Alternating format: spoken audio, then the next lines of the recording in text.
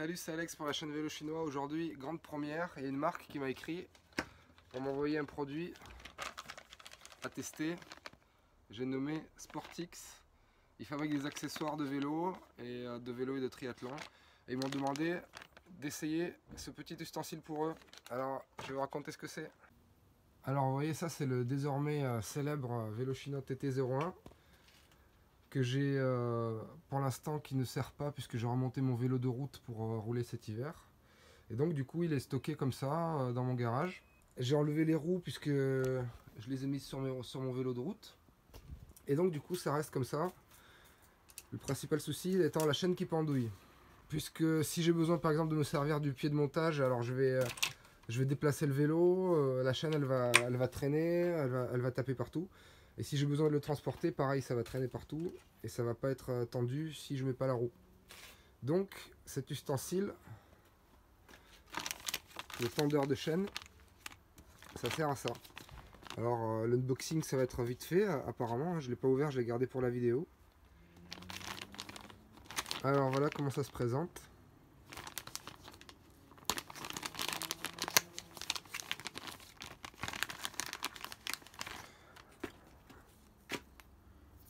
On a un petit truc qui se dévisse comme ça, comme un bouchon.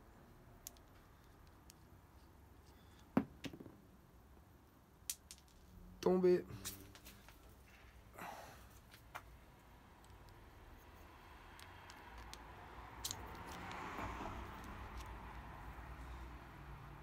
On enfile le tendeur et je suppose qu'on peut revisser.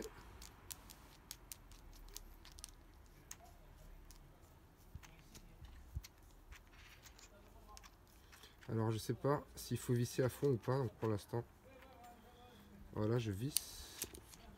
Je vais essayer de l'installer comme ça.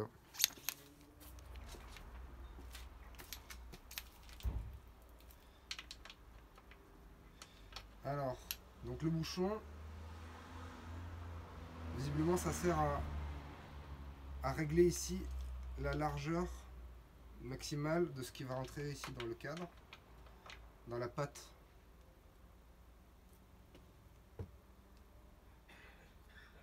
Alors, je vais essayer d'installer ça. Donc là, on comprend que le bouchon, ça sert à régler la patte du cadre là, qui va venir. La largeur ici de la patte du cadre qui va être insérée. Donc, vous ajustez avec le petit bouchon la largeur et après, pour que ça puisse bien se bloquer. Je dévisse un peu. Hop, là ça ferme. Donc là je l'ai installé sans mettre la chaîne et puis tout simplement je tire un peu ici. Je viens faire le tour et je l'installe sur le galet.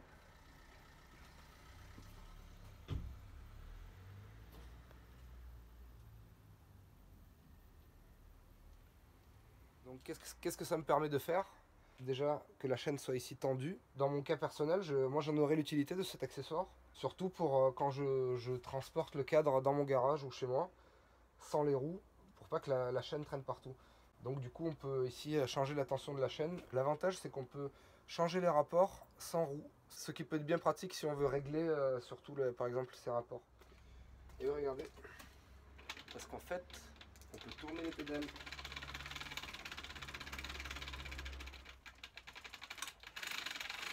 Je vais venir mettre le grand plateau pour améliorer la tension de la chaîne.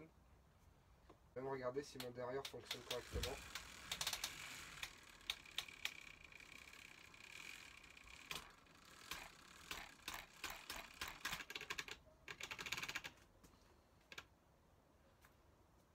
Là on voit les limites du truc, c'est que ici l'écart au plus petit pignon, c'est pas du tout le même que sur ma cassette, donc du coup ça frotte. Mais sinon on peut changer de pignon.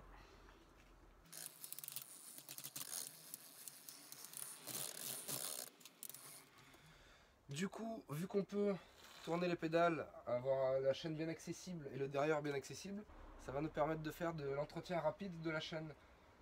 Personnellement, la plupart du temps, quand je veux faire un vrai entretien de la chaîne, je l'enlève et je la mets dans un pot avec de l'essence ou du diluant et je la nettoie à fond. Mais quand on veut faire un petit coup rapide entre deux sorties, on peut du coup se servir de cet ustensile.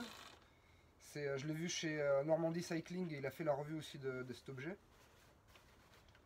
Donc tout simplement je vais avec du dégraissant humecter mon petit chiffon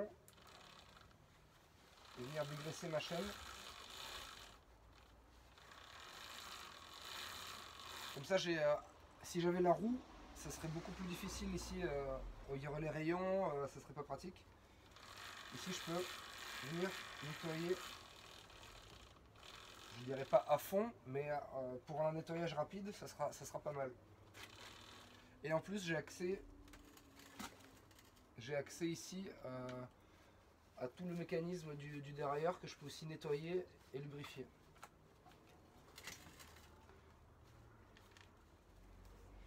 Voilà, et je vais venir mettre mon petit squirt,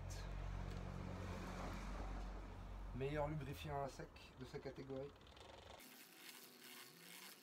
Enfin du coup il n'est pas à sec, mais bon bref, c'est un très bon lubrifiant.